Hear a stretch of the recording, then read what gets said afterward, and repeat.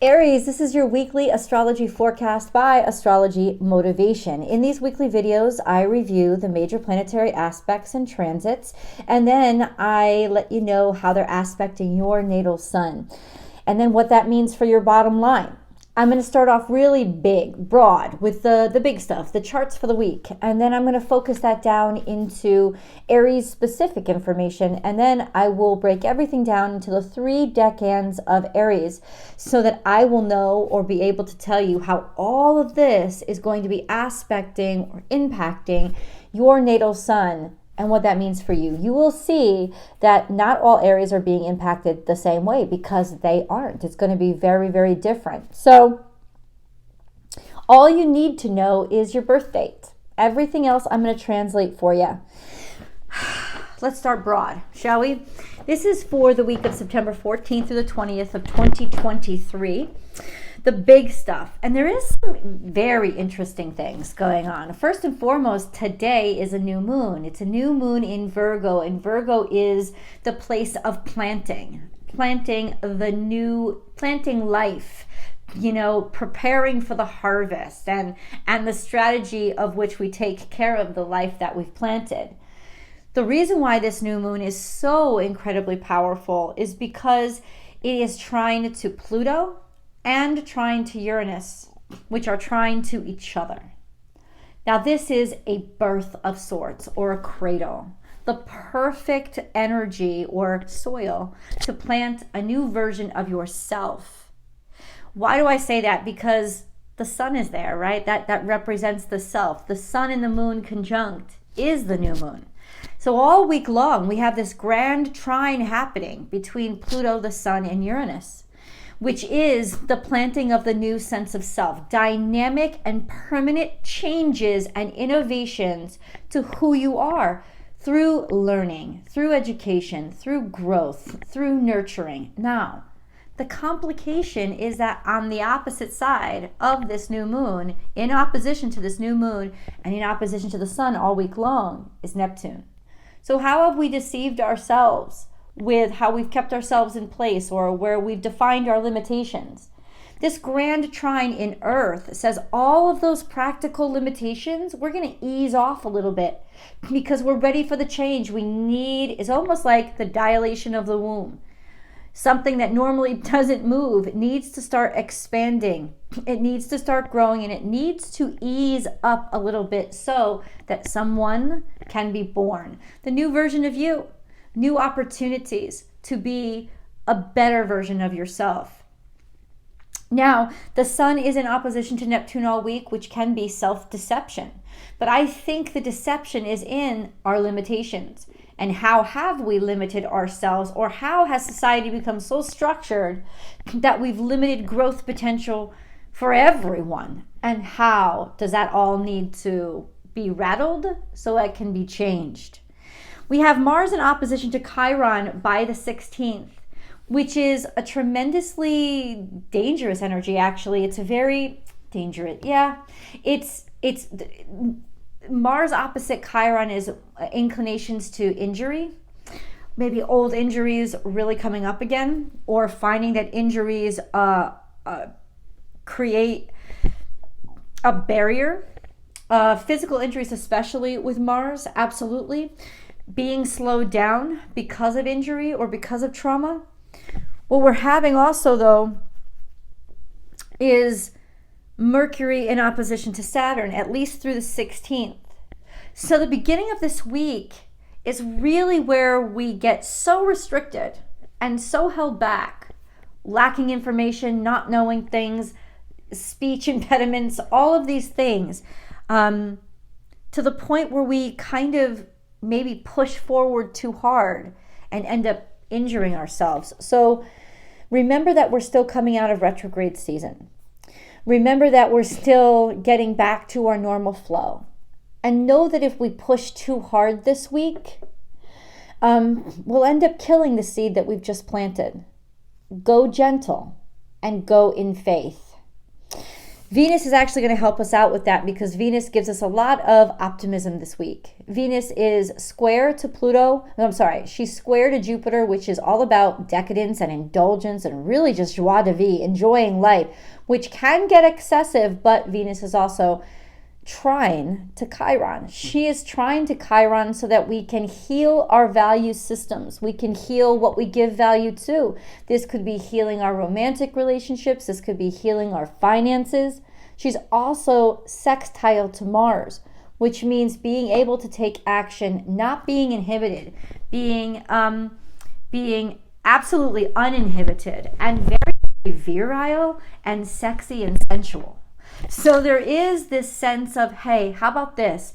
Take stock in what you have and enjoy it. Enjoy what you've already got. Don't try to push or make something new happen. Not this week. It's not the week for it, and it could be a week that leads to injury if you try. I say you specifically because Mars is your ruling dignitary. So it's really important for us to watch what Mars is doing, what's happening to Mars, because it will kind of season it'll season your week. It'll season your life experience. So let's move into Aries specific energy, this is what I look for Aries specific energy. I look for what's going on inside of Aries, the actual zodiac sign. And then I look, okay, what's going on with its ruling dignitary? What's going on with Aries? So in Aries, we have Chiron. It's at 18 degrees. It was at 19 degrees for the longest time. It has retrograded back another degree. Lucky for all you Aries 2s. We also have the North Node in Aries at 25 degrees. So there is a lot about assuming more responsibility and wanting to change yourself to level up and grow because of what you've learned, to be able to use it to expand, right? So there is that push from Aries energy to let go of the past and allow yourself the space to develop into a greater version, a greater individual. Now, what's going on with Mars? Well, we have Mars sextile Venus, which is very sexual energy. It's really virile and very, not even ooey gooey romantic, just hot. But we also have an opposition to Chiron with Mars that starts later on this week. And that kind of midweek it starts. And I want you guys to especially pay attention to that because, especially if you have your natal charts, wherever Mars is located in your natal chart, being in Aries, that is going to color where you take most action or how you behave when it comes to where you put your energy, where you draw your energy from. So look at that because that could be where the handicaps come in at this point, because opposition to Chiron is kind of like a handicap. It encumbers you and it constantly agitates you, irritates you, but when it comes to Chiron and Mars, there's a lot of injury involved. So where will this injury come? Not necessarily when. It may not be injury. It will just be hyperstimulation to the point of impulsivity. That could be it as well. So watch out for this. It could be a better week for you guys to just take a breath and take a calmer modality to life in general. Now that opposition to Chiron is going to last for a couple of weeks, but it's always when it first drops, when it first comes into really being a tight aspect that the energy released is most intense. So especially for this week, I want you to just slow it down as much as you can to understand your surroundings before you push into it. We also have, by the end of the week, Mars says a square or says a quick quadrate to Saturn. Now that's a more minor aspect, but because Mars is also in opposition to Chiron, and Chiron and Saturn are semi-square to each other, this is very contentious energy. Mars and Saturn are absolutely malefic energies. And so they tend to really kind of become explosive when they're in friction with each other because they're both stubborn and very combative. So even globally, we can start to see something fire off here that starts to happen here. And ultimately, it can make for a more, from your guys' perspective, it can make for a more generally agitated, angry, and frustrated energy. But once again, remember, Aries, we are just coming out of retrograde season. Mars will go direct on the 15th, no, excuse me. Mercury will go direct on the 15th of this month. And honestly, Mercury's not going to really start gaining momentum until the week after, and it really won't be full speed until the end of the month. Venus has just started to regain her speed again. So even though by the 15th, by tomorrow, we have two energies back going direct, and Mars is still going direct, it's going to take some time for us to get back online. And I think it's like getting out of the gate. Oh, I just want everything done now. I've been held back for so long. You're going to have to hold yourself back a little bit longer. I think that this is really the tricky part, the tricky time for us, especially such energy and progress-driven energy such as Aries. There is that sense, okay, I want to get to it now. Okay, you are getting to it now, one step at a time. It's not about rushing out there, because that could break something, including opportunity. So let's go into the 3 decans of Aries, shall we? Aries 1, if you know that your natal sun is between 0 and 9 degrees Aries, your natal sun is in the first decan of Aries. So you guys are Aries 1. This correlates to Aries birthdays in March. Say anywhere between March 22nd and March 31st. Yeah? No, in April 1st. Yeah, in and around there. That would be you guys. If your birthday's at the cusp, which would be March 21st, 22nd, 23rd, your natal suns are sextile to Pluto. And they're going to be sextile to Pluto for a while. What does that mean? Progress through metamorphosis. That means really bringing the change wherever you go and clearing the room, or just having people follow you and get into sync with you. This sextile to Pluto, it's a long-term sextile. It makes for a very powerful energy or aura about you at all times that will get things done and that will be able to execute change. Now, it could also mean the change of the self, right? Being able to make dynamic changes to who you are. It's just that Pluto plus Sun is formidable energy. Like, people don't mess with it, and people almost see your energy and your power. So this long-term sextile to Pluto, because sextiles bring opportunity. It's a very beautiful, positive aspect. There is that sense of being able to get done whatever you set your mind to over the next couple of years. All of you are quincunx to Mercury, and Mercury's just coming out of retrograde, and it can whiplash you like crazy. Mercury going direct and in its shadow period are periods when Mercury when the retrograde can really, really, really be the worst. So watch out this week. It is definitely not the best week to interview or have important conversations, sign important paperwork. There will be still frustration and congestion around communications and information. We also have a semi-square to Jupiter, which is probably trying to make you rush ahead. Not the best week to rush ahead, especially with information being a little shoddy. It is definitely time to put your energy into expanding your knowledge, expanding your understanding of the situation, and prep work. So let's go on to Aries 2. Aries 2, if you know your natal sun is between 10 and 19 degrees Aries, you guys are Aries 2. This correlates to Aries birthdays, say April 1st through the 11th. Aries 2, your natal suns are the ones conjunct to Chiron.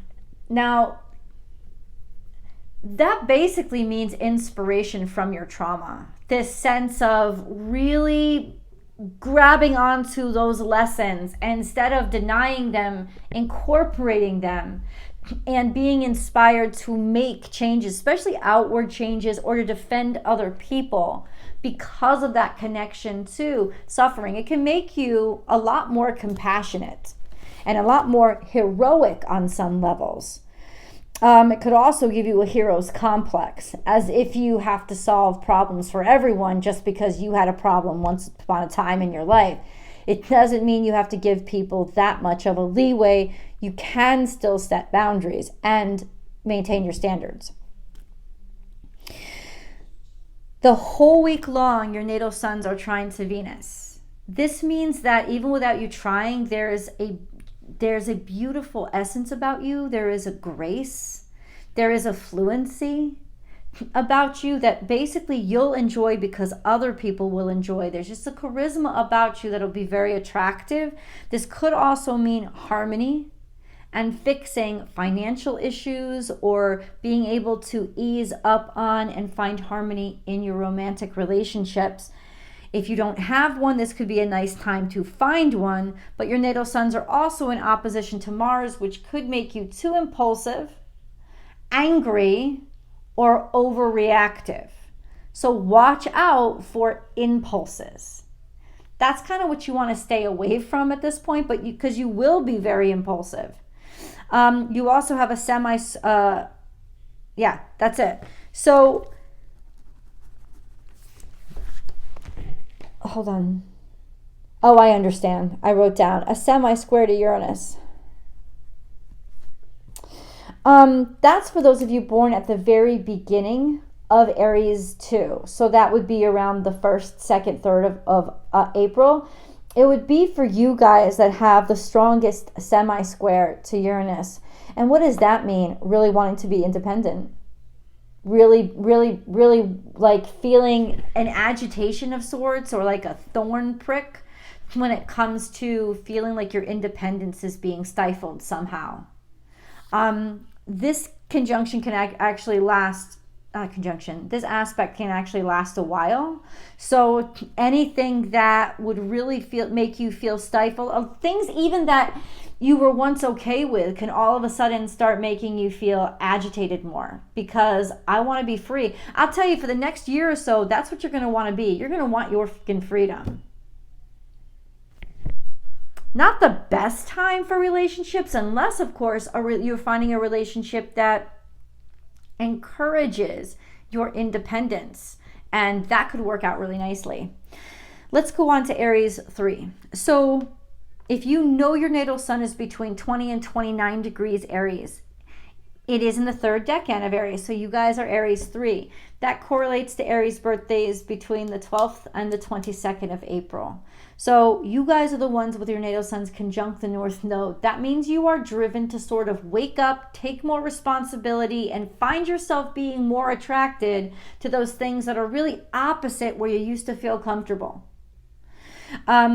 You got a quincunx to the sun, which means you're also quincunx to the new moon. So this is very stimulating and quasi frustrating energy when it comes to change of yourself, or realizing what changes have to be made and what you need to renew about you.